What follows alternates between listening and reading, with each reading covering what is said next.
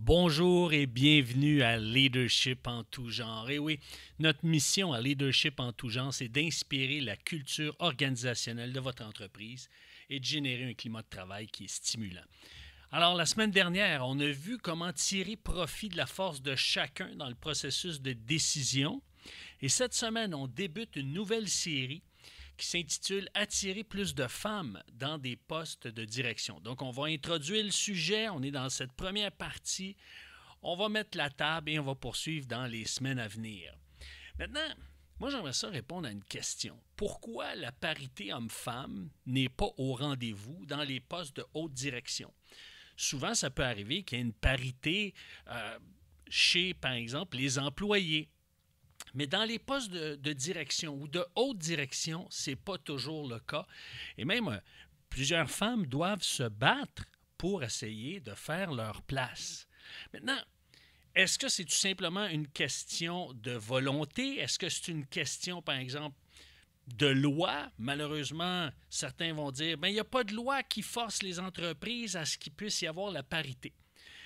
Maintenant, ce que la recherche démontre, ça va plus loin que ça. Parce que souvent, même si une femme accède à un poste de haute direction, elle va démissionner après un certain temps. Pourquoi? Parce qu'elle ne trouve pas sa place.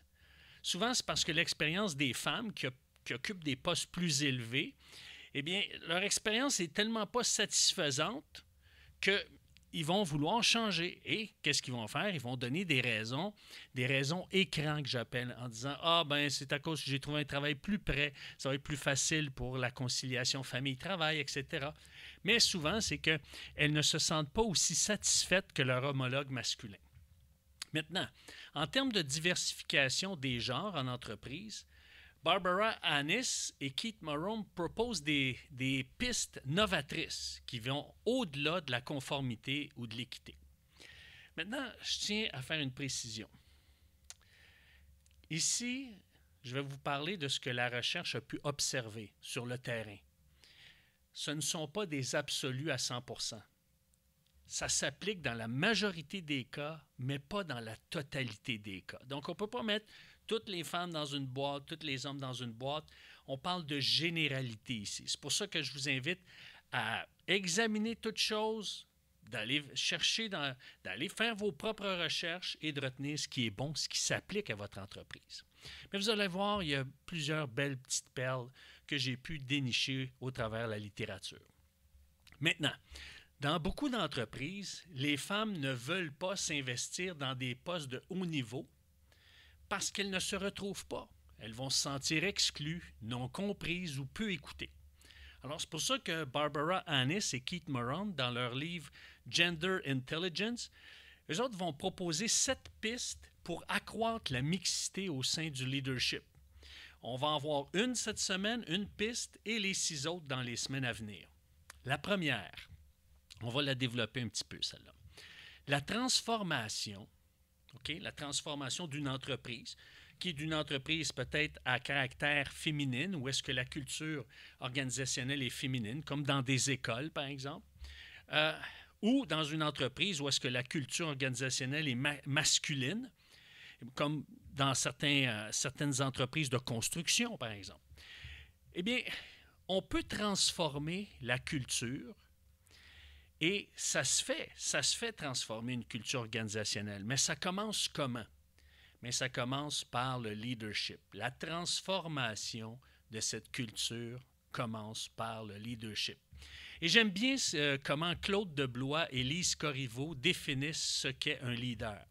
Selon eux, un leader, c'est quelqu'un qui inspire et qui incite.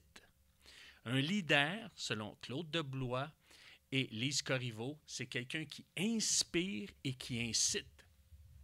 Alors, c'est pour ça que lorsqu'un leader inspire et incite, il va installer une culture dans l'organisation. C'est ce qu'on appelle la culture organisationnelle. Donc, ça produit une façon de faire, une façon de vivre, une façon d'opérer, une façon de transiger, une façon de communiquer, une façon de régler les conflits, etc. Alors, pour développer une culture organisationnelle mixte, où est-ce que la part des femmes et la part des hommes trouvent leur compte, eh bien, ça prend des leaders qui y croient. Et d'abord et avant tout, ça ne prend pas des leaders qui veulent qu'il y ait un 50-50. Ça prend des leaders qui voient le changement, qui voient la valeur du changement, qui voient la valeur de changer de pensée, changer d'attitude, changer de culture. Ça prend des leaders qui voient que l'apport des uns contribue au bien-être des autres et en bout de ligne, à la prospérité de l'entreprise, à la rentabilité de l'entreprise, à la productivité de l'entreprise. Donc, comment on reconnaît un leader qui y croit à cette culture mixte, qui croit à l'apport des uns et des autres pour que tout le monde puisse trouver son compte, puis pour que tout le monde puisse apprendre à bien se décoder et qu'on ne retrouve pas des femmes dans des postes de haut niveau qui, après 1 an, 2 ans, 3 ans, quittent et décident de changer d'endroit ou de changer de carrière. Alors, à ce moment-là, un leader qui y croit est conscient des impacts de la culture mixte sur la productivité et la rentabilité de son entreprise ou de son organisation. Il est conscient que ça crée un atout, ça crée un sentiment d'appartenance plus fort, ça crée des meilleures communications. Et c'est pour ça qu'un leader qui croit à la culture mixte va investir dans la formation. Il va investir dans la formation pour que son organisation puisse obtenir des cliniques sur l'intelligence genrée.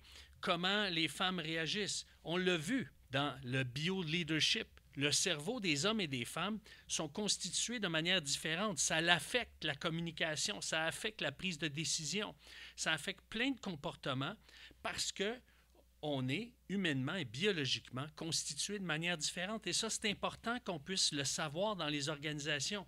Ça nous permet à mieux décoder et à moins porter de mauvaises intentions sur le comportement, l'attitude ou les phrases qu'on peut entendre de la part de nos collègues. Alors, il va investir dans la formation, il va faire la promotion de l'intelligence genrée. L'intelligence genrée qui est tout simplement ce que la science a pu observer dans les différences entre les hommes et les femmes, dans leur attitude, leur comportement, et la plupart des résultats de ces recherches proviennent d'un effet, d'une compréhension du fonctionnement du cerveau, et ça a une incidence sur les comportements. Mais encore une fois, on ne peut pas mettre tout le monde dans le même panier, mais on a des indicateurs intéressants pour pouvoir un peu anticiper ou mieux comprendre certaines réactions qui sont différentes des nôtres. Alors, s'il est conscient des impacts sur la productivité et la rentabilité de son entreprise, il veut investir dans de la formation puis dans de la promotion de l'intelligence genrée, bien, il est conscient de plus en plus des procédures à changer puis des façons de faire, de communiquer qui sont à améliorer. Donc, voyez-vous, ce sont des points de repère qui nous montrent qu'un leader est allumé et qui est conscient que s'il y a une culture masculine forte et qu'il y a une présence de femmes dans l'organisation, eh bien, à ce moment-là, ça veut dire que le leader doit composer avec cette réalité-là pour nourrir les éléments qui manquent ou qui ont besoin d'être investis pour produire une culture mixte où est-ce qu'on a l'apport des uns et des autres qui va contribuer justement à la rentabilité, au sentiment d'appartenance et à la productivité de l'entreprise. La semaine prochaine, ce qu'on va voir, on va voir que les chiffres ne vont pas résoudre le problème. Ce n'est pas parce qu'on a atteint un 50-50, 50% d'hommes, 50% de femmes, que tout est réglé. Non, parce que même si on arrivait à la parité, si la culture demeure unisexe, eh bien, par exemple, si c'est une culture unisexe masculine, les femmes ne demeureront pas dans l'entreprise. Elles vont finir par quitter. Le contraire est aussi vrai. Regardez le monde de l'éducation. Selon l'enquête sur l'organisation du travail des directions d'établissements d'enseignement au Québec, c'est une enquête qui a été menée par l'Université de Montréal en 2020, c'est quand même assez récent.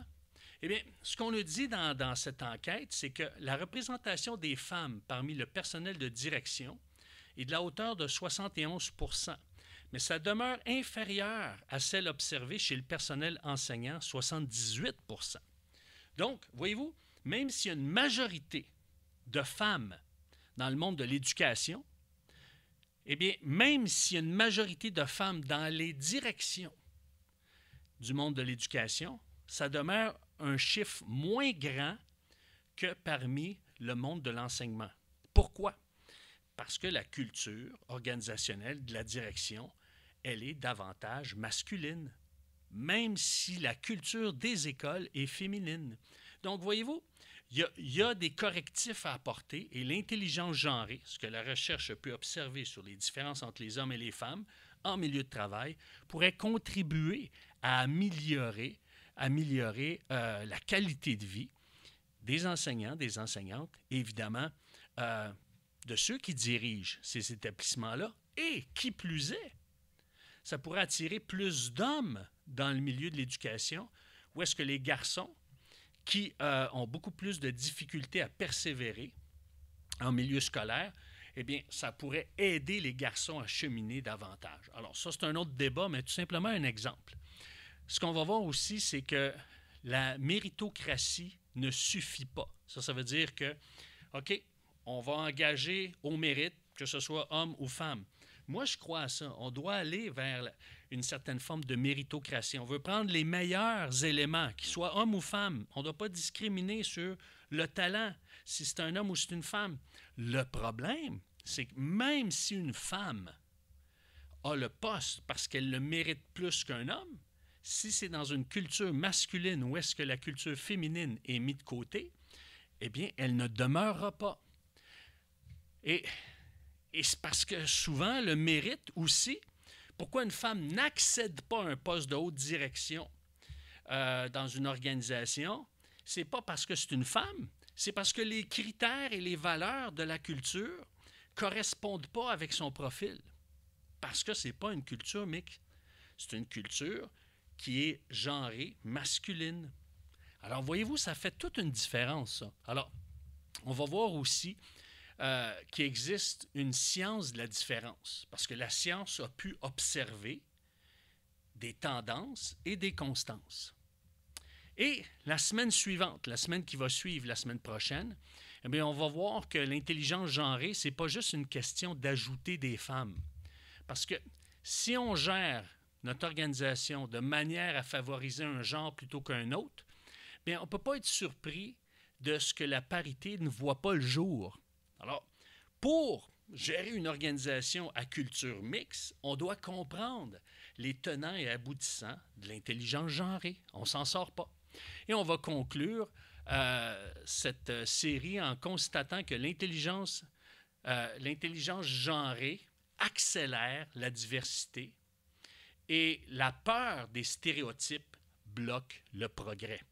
C'est pas parce qu'on croit à l'intelligence genrée qu'on veut stéréotyper les hommes et les femmes. Non, ce qu'on veut comprendre, c'est l'énergie masculine se révèle comment, se dévoile comment. L'énergie féminine se révèle comment, se dévoile comment. Parce que si un homme manifeste de l'énergie féminine ou agit de façon à ce que, d'une manière à ce que ça correspond à l'ensemble des femmes, mais on peut détecter la source parce qu'on a des repères et composer avec cette réalité-là.